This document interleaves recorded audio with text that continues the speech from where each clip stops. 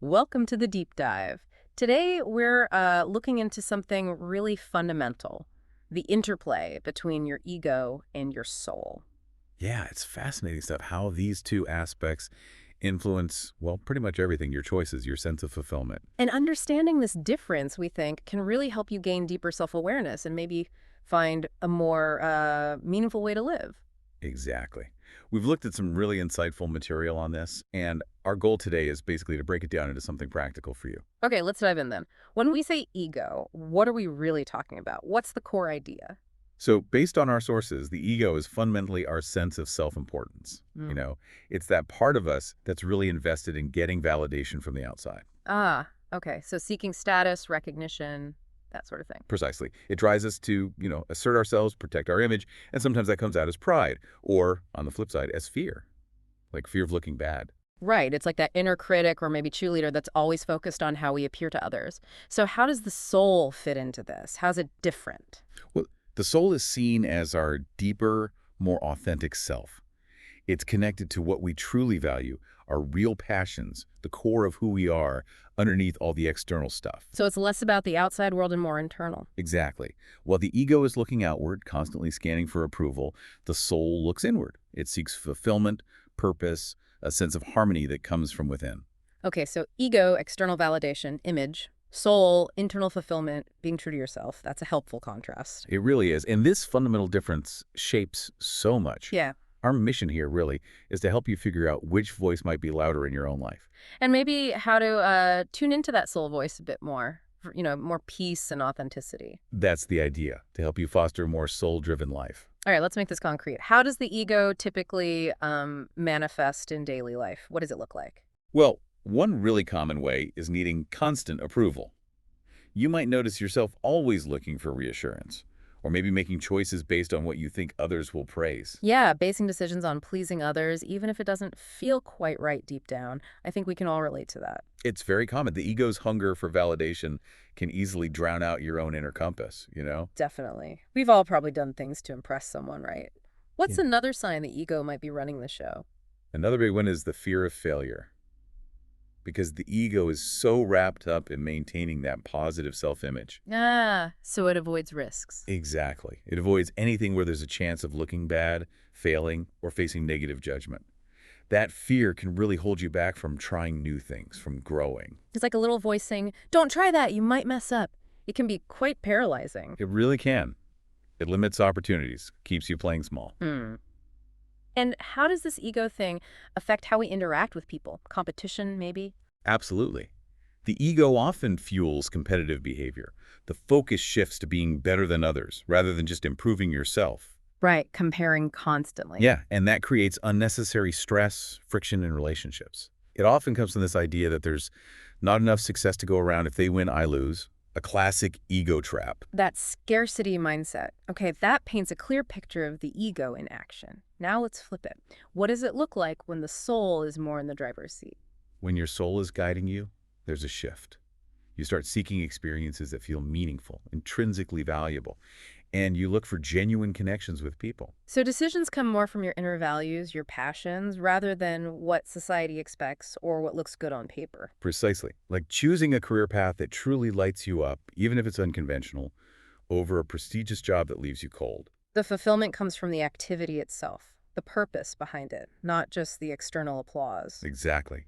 And another hallmark is genuine compassion and empathy. Extending kindness not because you expect something back or want to look good. But because you actually care. Yes, from an authentic desire to help and connect.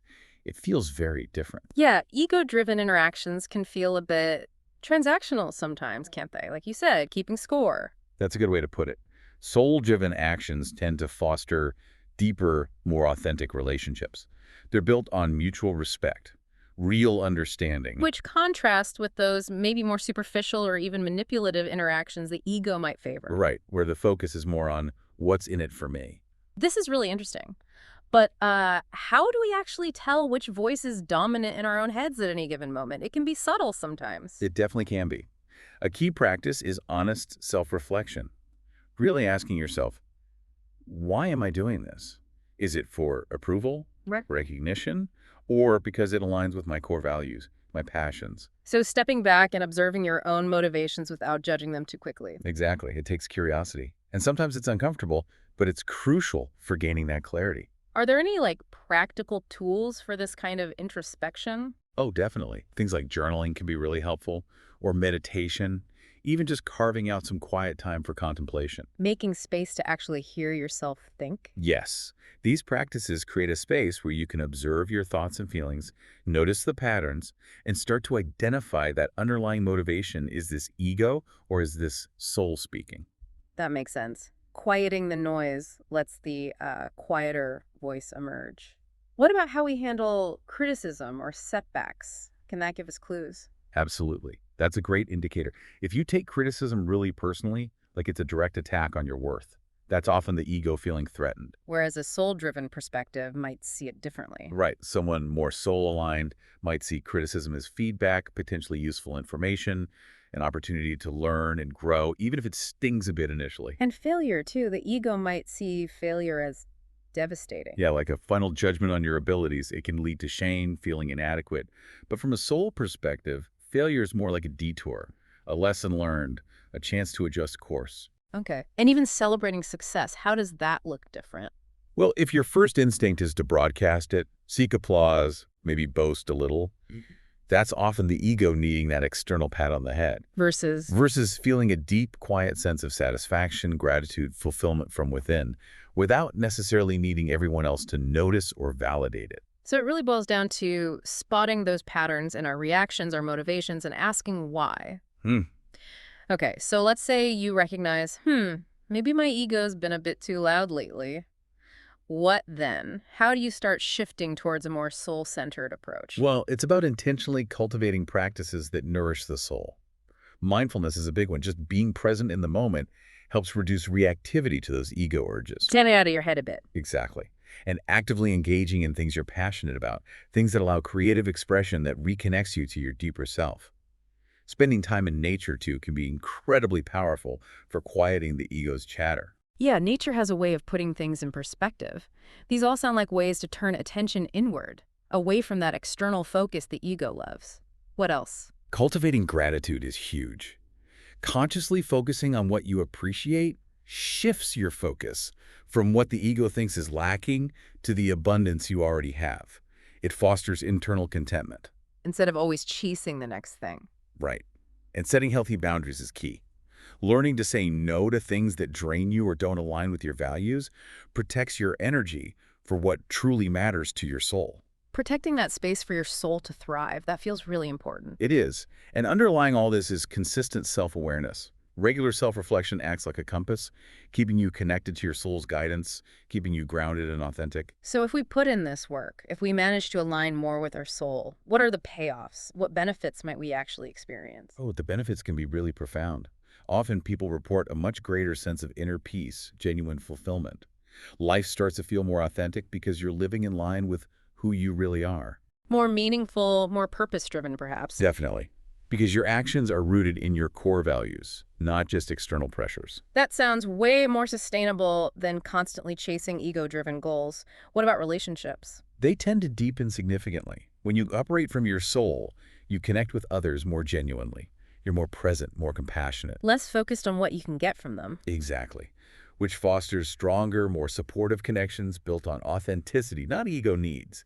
It moves beyond just roles and expectations. And what about just, the stress and anxiety of everyday life? Living with more soul alignment generally leads to reduced stress and anxiety. You're not constantly striving to maintain an image or meet external expectations. Because your focus is internal. Right, on what truly matters to you. This creates more inner peace, more contentment, and it also tends to build resilience. You handle challenges better, adapt to change more easily when you're grounded in your authentic self. So it's not about getting rid of the ego entirely, is it? It seems like it has a role. That's a really important point. The ego isn't the enemy. It's part of our psychological makeup. The goal isn't elimination, it's balance. Making sure the ego doesn't overpower the soul's wisdom. Precisely. Allowing the soul's guidance to come through. leading to a life lived with more intention and authenticity. Okay, this has been incredibly insightful.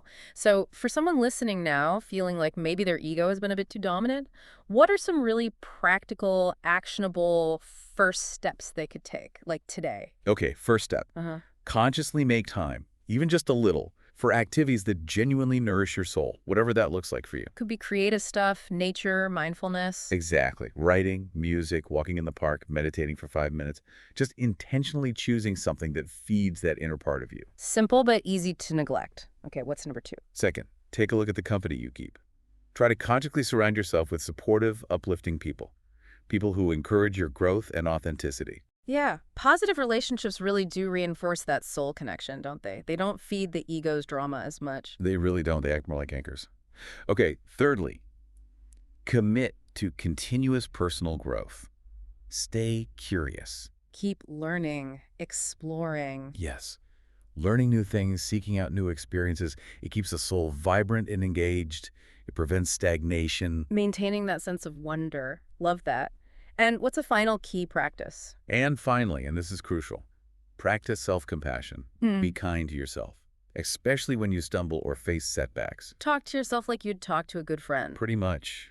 Accept your imperfections. Embrace your unique journey. This kindness fosters a healthy inner environment where your soul can feel safe and heard. That's a powerful reminder. We can be so hard on ourselves, which is often the ego talking, isn't it? Very often. So really, to wrap up our deep dive here, understanding this dynamic, the dance between ego and soul, it's just vital for a fulfilling, authentic life.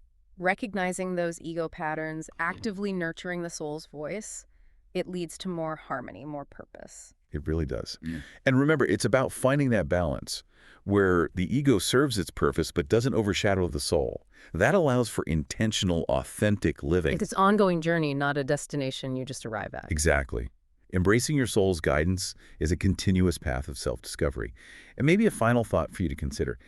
As you cultivate this mindfulness, this connection to your inner self, you might find you can navigate life's challenges not just with strength, but with a kind of inherent grace and wisdom.